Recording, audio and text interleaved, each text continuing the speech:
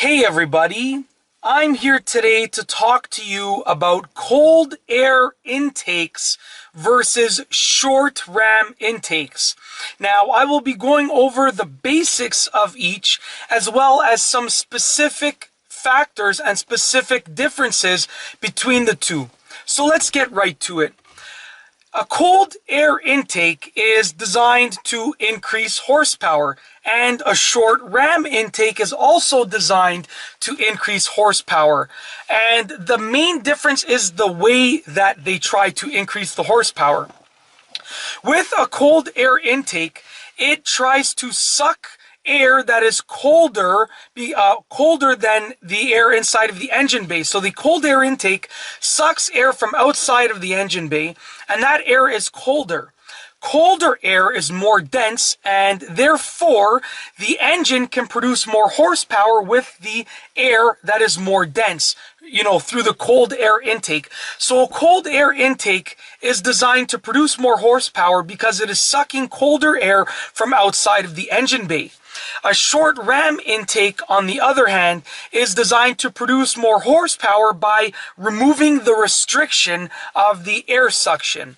So with your stock intake system, basically the air has to pass through a resonator and a filter box before going into the engine, and that is very restrictive. And it's designed to obviously filter everything properly, but also to reduce the sound. Now, a short ram intake basically just has piping and a filter. It removes the resonator and the filter box, and by removing those two pieces of the equation, it produces more horsepower because it reduces the restriction of the intake system. So that is basically the difference in the way that the two types of intakes produce horsepower. Now, price.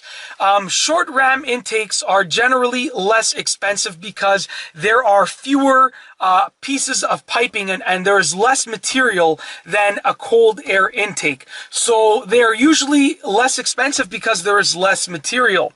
They are also not as expensive to install because the short ram intakes aren't as expensive to install, are less expensive to install than the cold air intakes because it is easier to install them. It is pretty straightforward. You don't have to go and, redirect any piping into any areas that are outside of the engine bay. It is pretty much contained within the engine bay.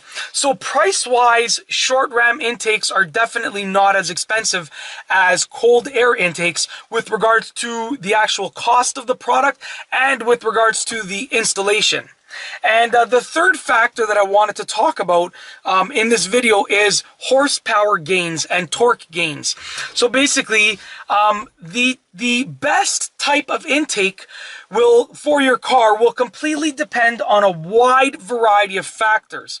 And those factors include other modifications to your car, how your engine is laid out, how your engine bay is laid out, and your own personal preference. And once you have distinguished between those different factors, then you can make the determination of which specific type of intake is best for your car and for your specific engine. But it will completely vary from person to person, from car to car, from engine to engine, and even from the specific modification, the specific combination of car modifications that you have done. So horsepower and torque gains are completely different.